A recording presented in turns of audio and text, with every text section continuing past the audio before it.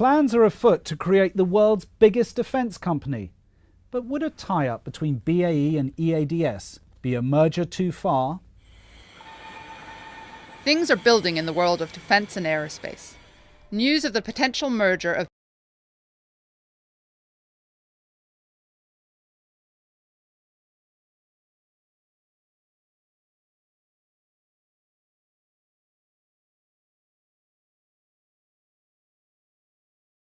the ability to more convincingly take on the US market are moving closer to reality.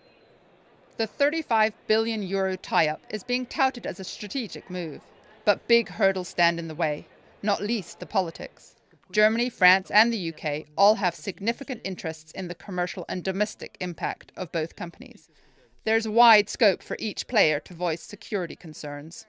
The US in particular, which provides almost half of BAE's business, is deeply suspicious of France and will want additional assurances that their most sensitive projects can't be leaked to the outside world.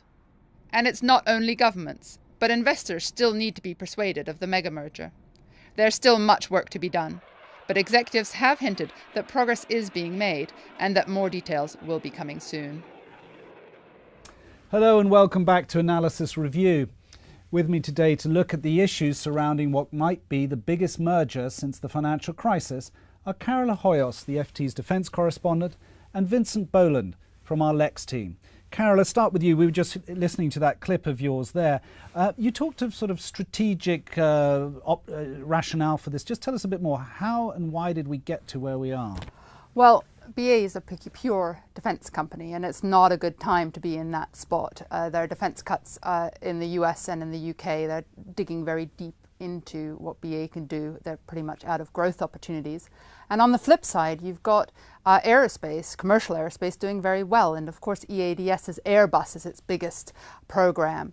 And so that has created a setup where Tom Enders, who's the CEO, new CEO of EADS, can finally, in one swoop, do what he's been wanting to do by 2020, which is balance out his portfolio and be both a defence player and a commercial aerospace player, so that when the cycles come up and down, you have a smoother ride for the whole thing.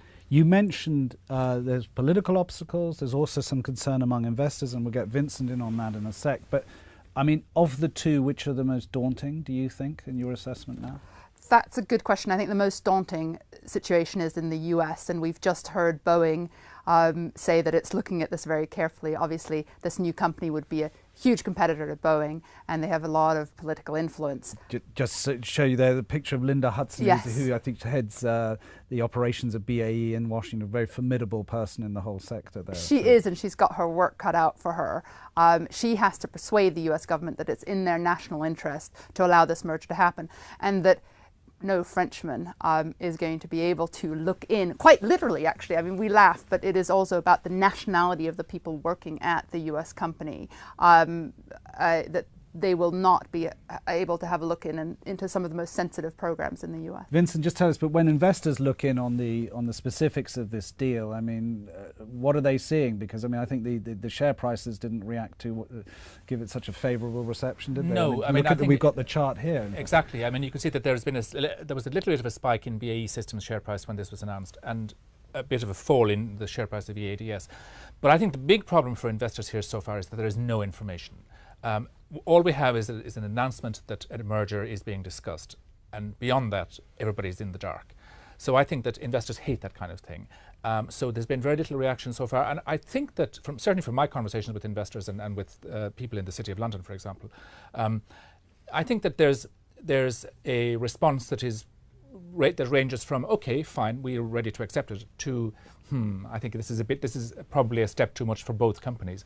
But until the details come out, we won't know. And just quickly, why we haven't got the details? Because essentially this was leaked. Exactly, and the two companies were about 2 weeks from actually finalising things and making an announcement, and there was an awful lot of work to be done in those 2 weeks that they're still working on. You know, who's going to run it, where's it going to be based, you know, what will be the dynamic between London and Paris, between Europe and the US, you know, all that kind of thing has to come out. And the golden share, of course. And the golden shares. I mean, golden share, the blocking share. Exactly, that because government Germany and France both have big stakes in EADS, directly and indirectly. The British government has a golden share, so-called, in BAE Systems.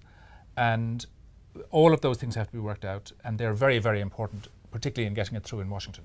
So if it were to happen, I mean, what would we be? I mean, you both addressed sort of some of how it might look. I mean, just sort of walk us through sort of what would we be looking at? Maybe Vincent, you tell us a bit of sort of the revenues, and Carola tell us about what type of company we're looking at. Here we've got some charts for I mean, you. at the moment, what you have is BAE Systems, which is a company that's split roughly 50-50 in revenue terms between US defence contracts and European and Middle Eastern and Indian defence contracts.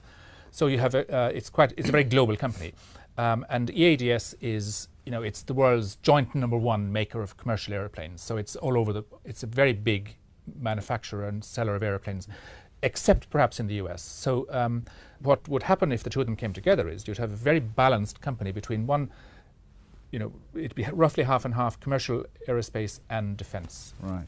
And quickly, Carola, just tell us, what type of company. So, I mean, you alluded earlier on, a more balanced company. I think this is quite a striking illustration. I think the reason why BAE is in the situation it's in is very aptly illustrated here. It's a pure defence play, and it's not a good time to be.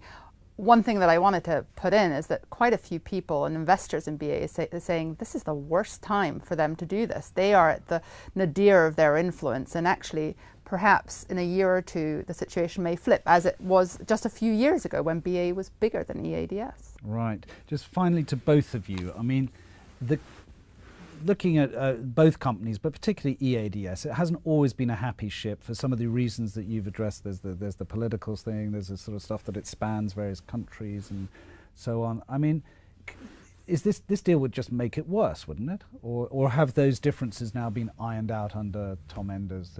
Well, there are two really important things Enders wants to be able to do. One is get rid of the day-to-day influence of France and Germany, and that can not be a bad thing. He thinks it's going to be easier to run the company that way.